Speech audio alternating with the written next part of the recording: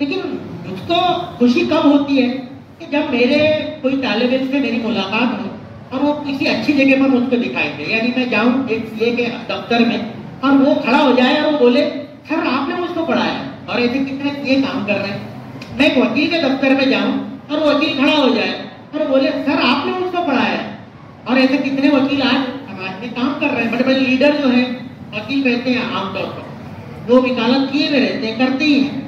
और कितने ऐसे वकील मैंने जाना हूं कि रफीउद्दीन से फारिग हैं, बल्कि सबसे ज्यादा मैं बार बार बोल रहा हूं कि वकील ही बने हुए यहाँ, इंजीनियर बहुत सारे हैं, डॉक्टर्स बहुत सारे हैं। तो ये खुशी होती है, अलग अलग एक हमारे अंदर एहसास जगाता है कि यार हमारे बच्चे कितने आला मकाम पे पहुंचे। इसका मतलब ये नहीं होता है कि भाई किसी को देखकर मुझको गम होता है, लेकिन मेरे दिल में कहीं एहसास काश ये भी बड़ा होता।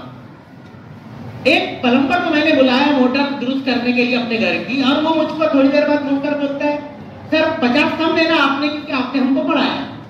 तो मैं नहीं चाहता हूँ कि वो ऐसा कोई रियायत मैं उसको दूं या वो मुझको दे, और इस तरह से मेरी उसकी मुलाकात। मैं चाहता हूँ कि एक अच्छी जगह से हमारी मुलाकात हो मुस्तकिल।